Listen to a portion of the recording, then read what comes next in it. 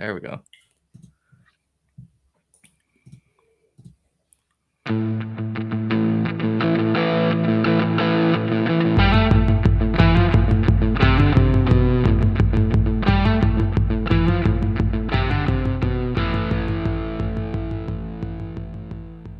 Yo, let the Eric Quagnus Martin's guitar rip.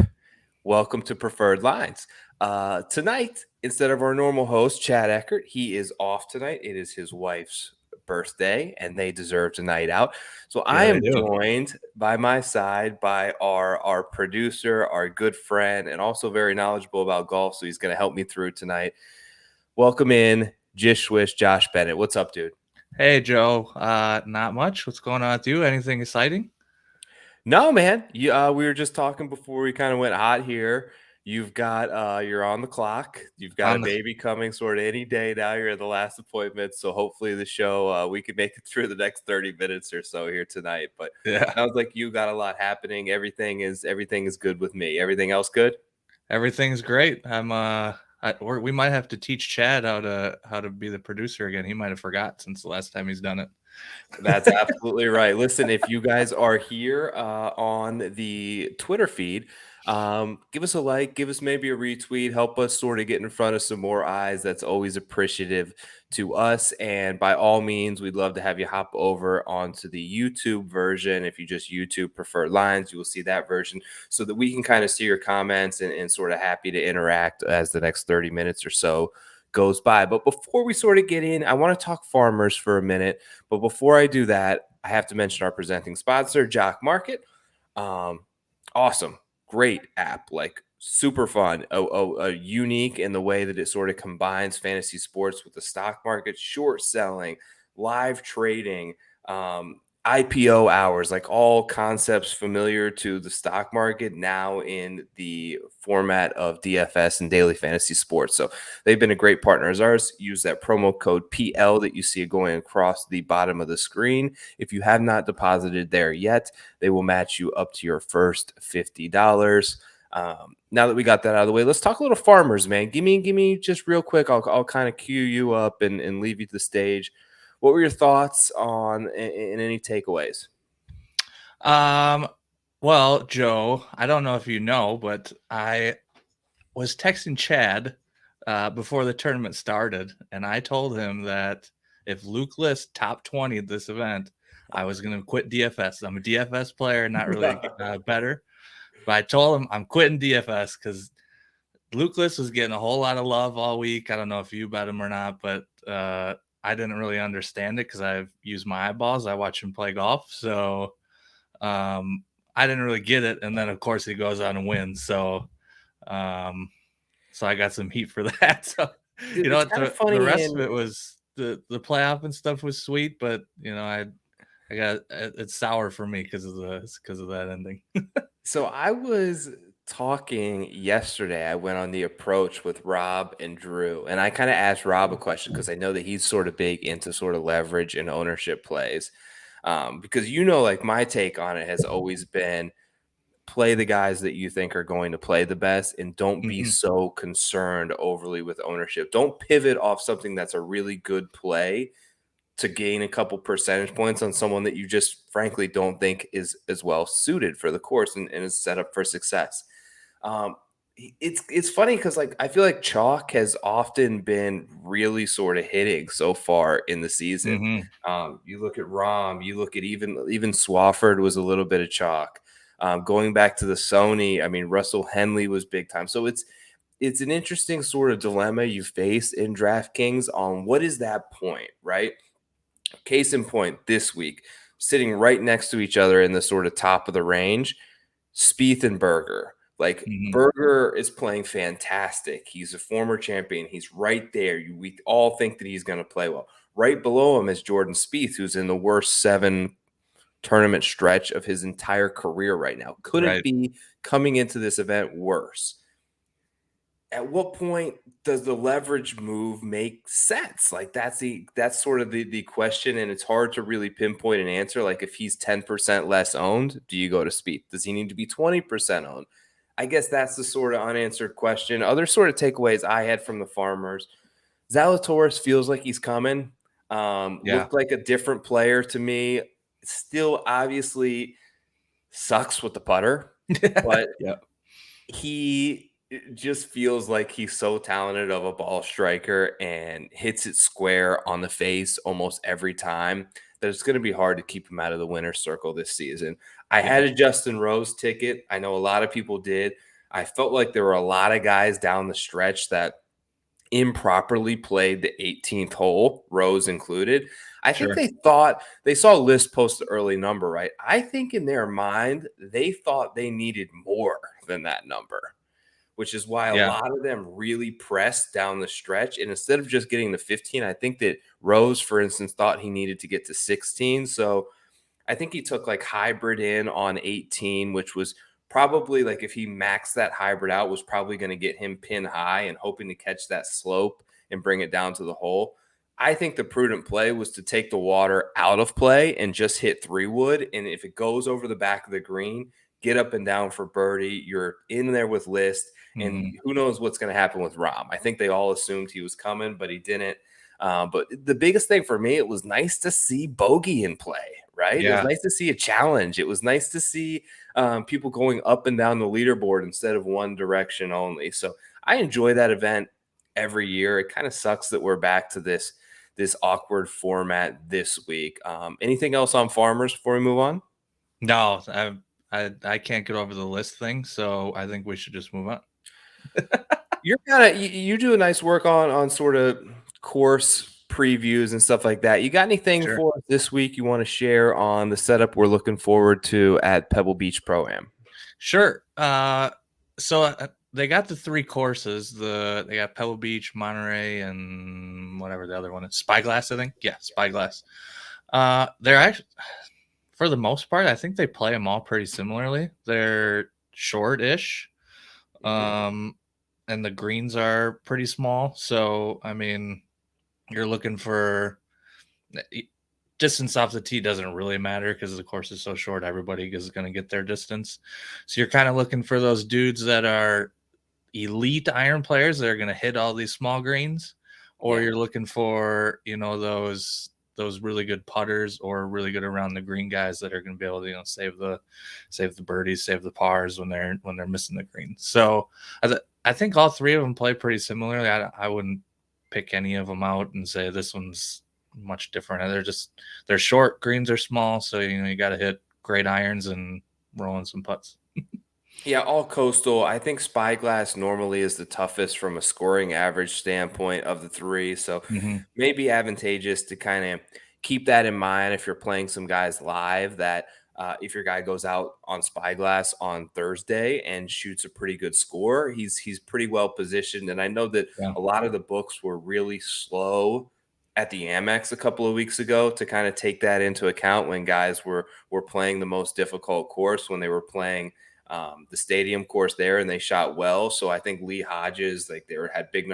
There's going to be some opportunities there if you sort of pay attention to it. I agree. They're all short. They're all positional. They're all going to come down to approach play. I think around the green, um, particularly at Pebble, right? Smallest greens on tour, the ability to be creative and have a level of finesse around the greens, I think is really important.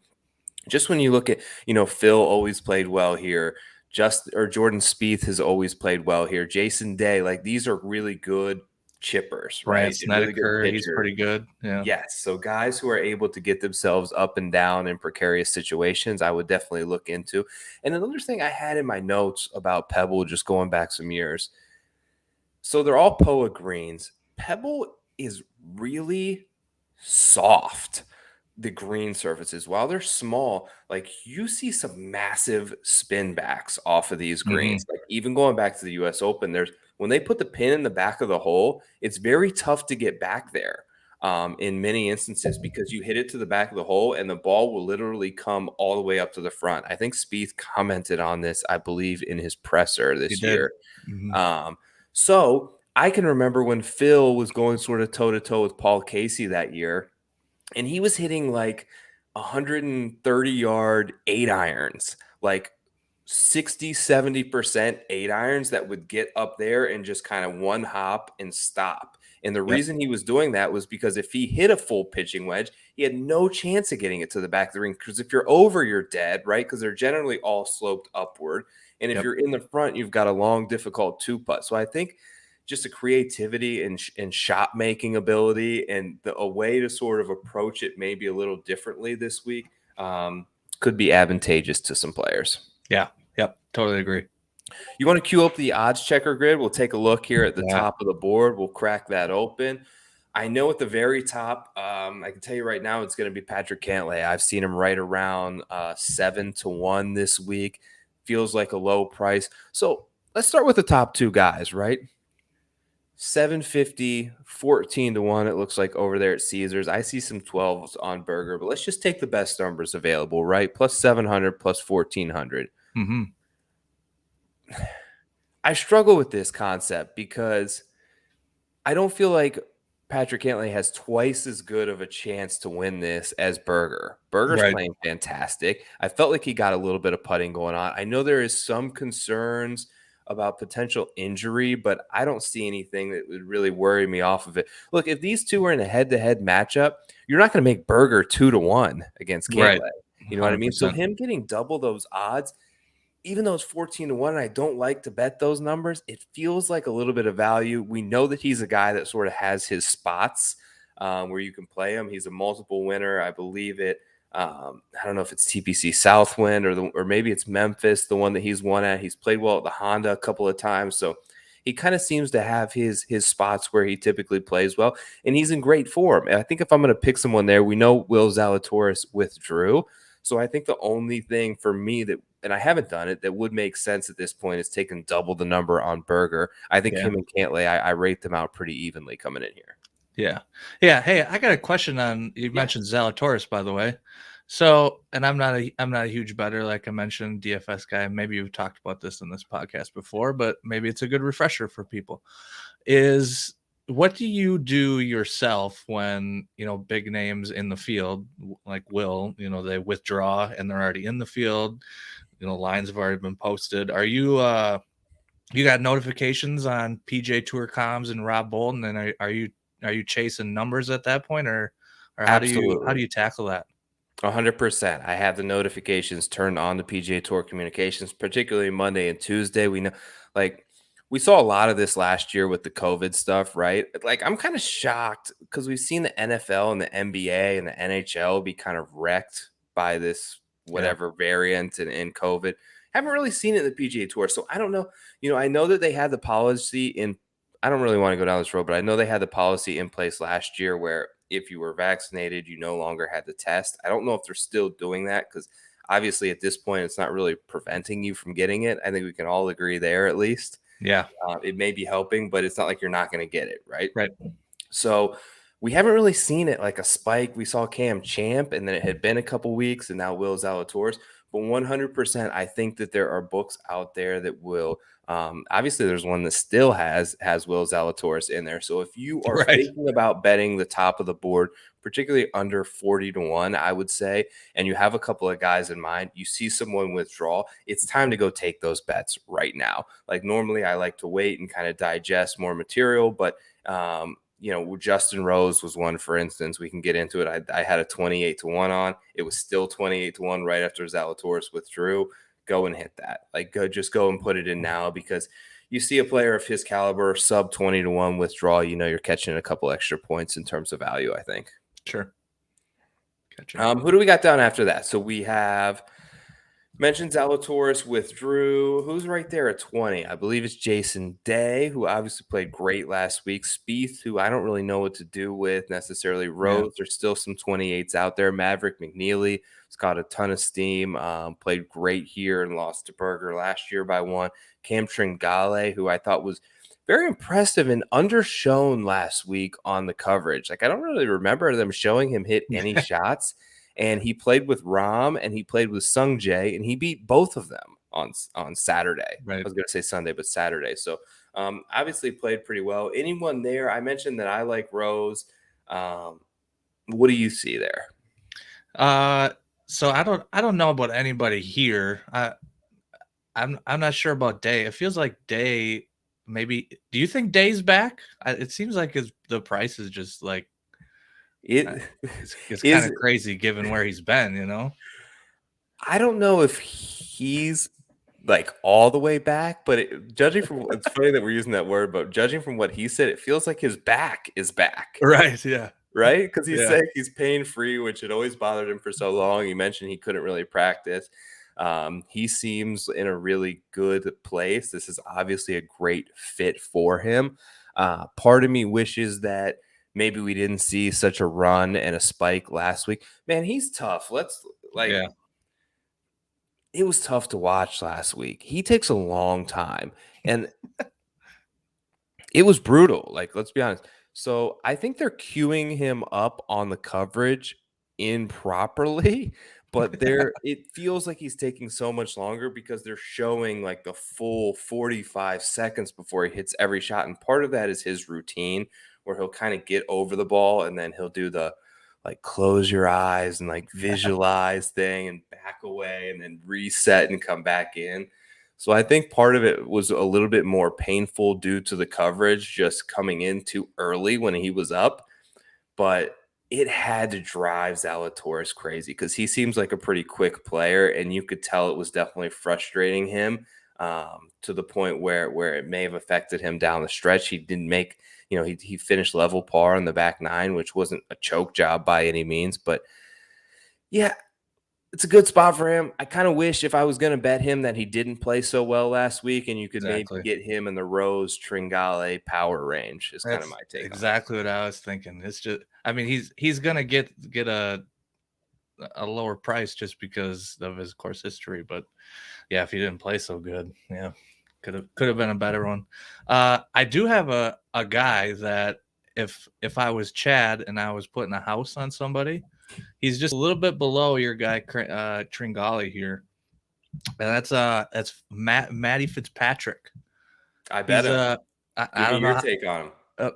I'll give you my take. So we kind of talked about the guys that are successful in this tournament. Usually it's Day, Spieth, Phil, Snedeker's won a couple times, I think. Berger's Yeah. pretty good here. What most of them have in common is that they're really good putters, and I don't think Phil's ever been known as like an elite approach player, but he's always been good here. So Yeah. I think the other thing that's pretty common with people that are up on the leaderboards here is they're pretty good off the tee players. They don't get themselves in trouble, so they're probably leaving themselves with good shots into these small greens. And I think those are two of Fitzpatrick's biggest strengths. He's pretty good off the tee. He's not long, but you don't need to be. And I think he's one of the better putters, definitely one of the better putters in this tournament. So I know he doesn't have a great history here. I don't think he played last year. He played the 2 years prior to that.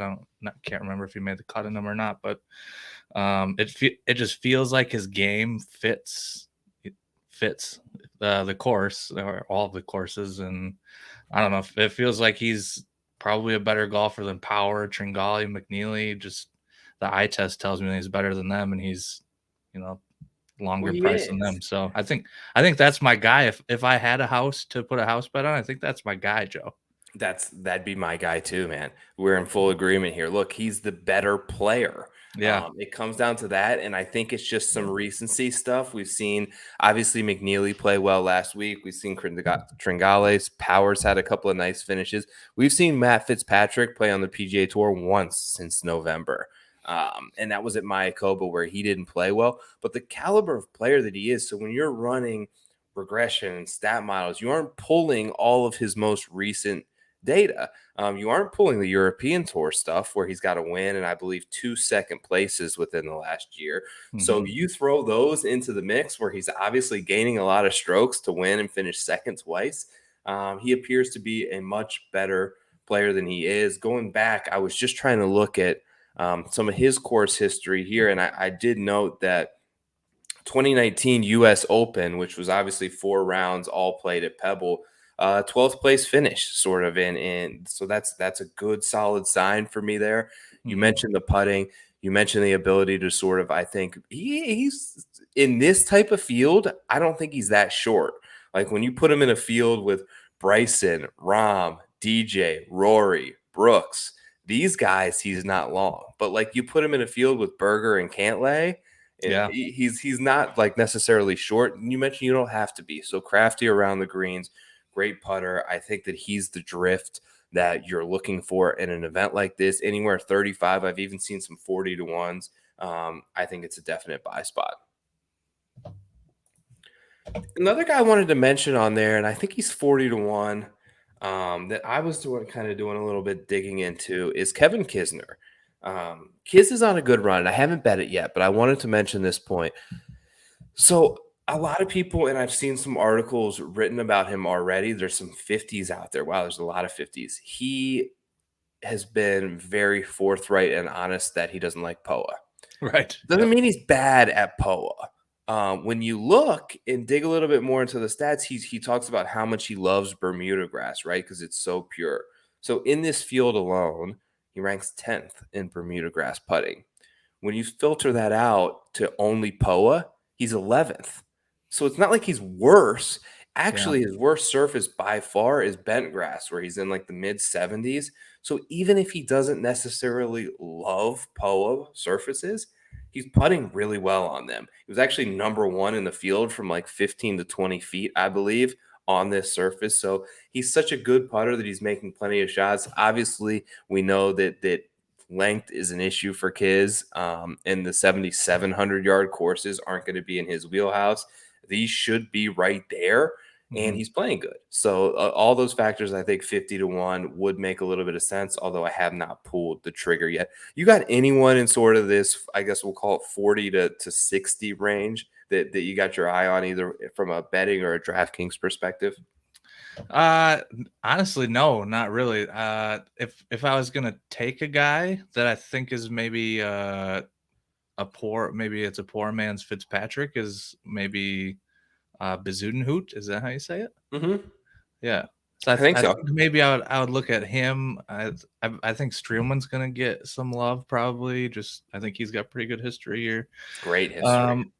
Torches Pebble in Yeah, particular. he Like does. his Sundays when they get to just Pebble Beach is like a scoring average of like 66. So Yeah. he's really good when they get to Pebble. Yeah, but otherwise, I don't think I would really be touching anybody here.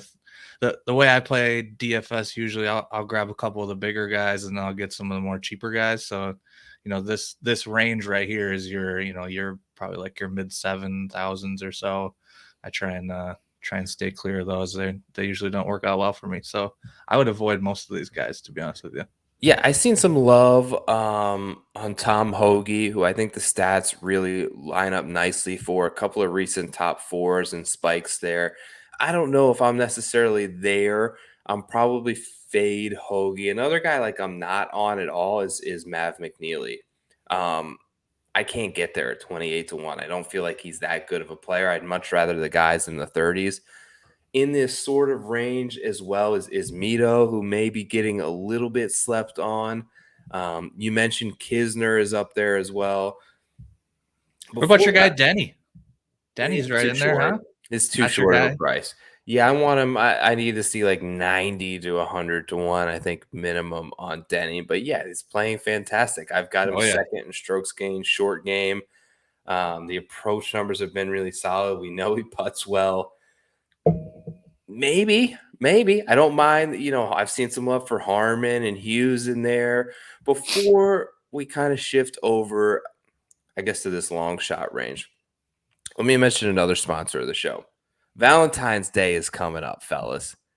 Manscape.com. We've got a promo code below, Golf Guys 20 will get you 20% off your order.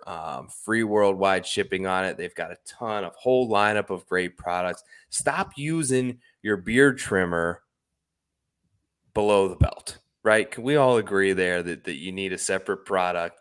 Valentine's Day is coming up. We all have wives. They would appreciate you spending a little bit of money there. We're giving you a promo code so that you could take a little bit extra off. What's your favorite product on Manscaped, Josh?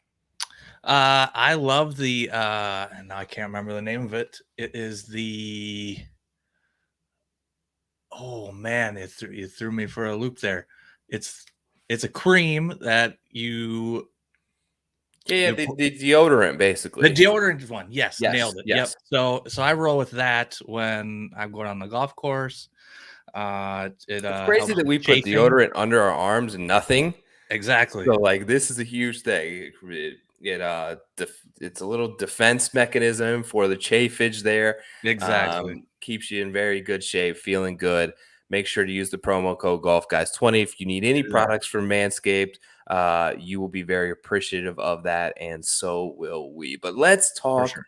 long shots. You know, this is what I love. I'm going to let you take the floor first. Any darts down here that you like in terms of a betting perspective or DFS? Just let it rip. Yeah. So let me pop the screen back up here so we can see some of them. Yeah. Here we go. So one guy I was kind of looking at here, I kind of like Ches Reavie a little bit. Okay. He's not the last couple tournaments, he's not, doing super hot, but this tournament specifically, he has a bunch of top 25s. I think his game also kind of fits the narrative that you're kind of looking for on the course. He's usually a pretty good approach player.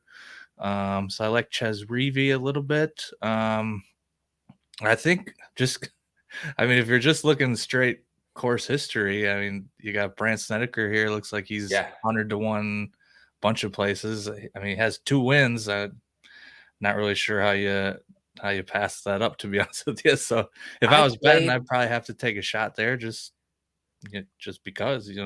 I played him at the Sony, and I thought he was really good and really underowned. He finished 36, and then I just kept my eye on him, and he backed that up with a top 15 at the Amex. Then at the Farmers, a lot of people were on him, right? Because he had this sort of great course history at Torrey. I believe he missed the cut on the number. He was like 3 or 4 outside the cut line and then made a charge to try Mhm. and get there and fell just short. So I think you're right. I think it could be a good bounce back spot for Snedeker. Anyone else for you? The only other guy, and let me see if I don't remember where he is on here. I might have passed him already, or maybe I didn't. I don't think I did. He's farther down here. Matt Nee Smith here. He's Yes. he's got two pretty good tournaments here that he's played, and I think he's in pretty good form too. And again, it's kind of the same situation. His game is similar to the guys we talked about before. So Yep. I um, bet him in yeah. matchups last week. I just after Saturday and Sunday, he won both of them. I was just looking at sort of the numbers and who was, I believe it was Munoz one day. I forget who it was the other day, but I was surprised because I'm following him on Shot Tracker. He's moving it a little bit further off the tee, so I think he's picked up a Mm, lot of distance. But where he's best, he's third in the field in wedge range, right? 100 to 125 yards. This 7,000 yards setup is much better for him than 7,700 yards. So yeah. while I'm encouraged that he played well at the Farmers, I think that he's even better suited here. You mentioned a 16th and 11th the previous 2 times out here. So I really like Nee Smith. 90 to 1. I'm not sure if this is still out there because I think you might have passed by it, but I took Aaron Rye. Yeah, I he's feel like he's just mispriced. Like we probably had to see too much of him last weekend, but the fact he was there, I think, is worth something. It wasn't sort of a one-hit wonder. He had 3 top 20s consecutively through November.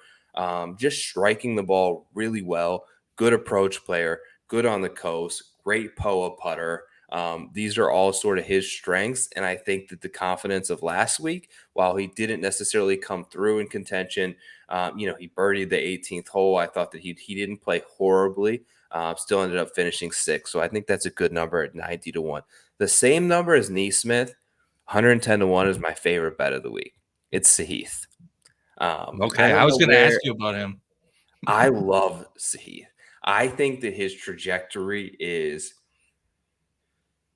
going directly up. And I think that I look for these guys where I think that their confidence starts to match up with their talent level, right? You first have to look at talent. Haskins Award winner, best player in college when he was at, I believe it's Pepperdine, which is out there in Mhm. California. So, best player in the nations, won the Haskins Award. He's made every cut since the fall swing so far. He's getting his feet under his belt. Top 25 at the Farmers. He's improving steadily. And I just think that this is an instance where the betting price is lagging behind the trajectory that he's on. I feel like he should be 60, 75 to 1 max in this field. I think 110, you're getting a great price. I really, at first when I saw him, I didn't expect him. I guess just looking at him, I didn't expect him to have the assets of a great around the green player and putter. I expect him to be, a bomber. He's got a great touch around the greens. He's a really good POA putter. It's by far his best surface. I think the 110 to 1 is more than valid of a number. And I mentioned the last guy that I sort of did on the lunch drive long shots. Back to Adam Svensson. I can't quit this guy. He's top 10 in approach. He's top 10 tee to green. Those are two of the most telling stats on the PGA Tour.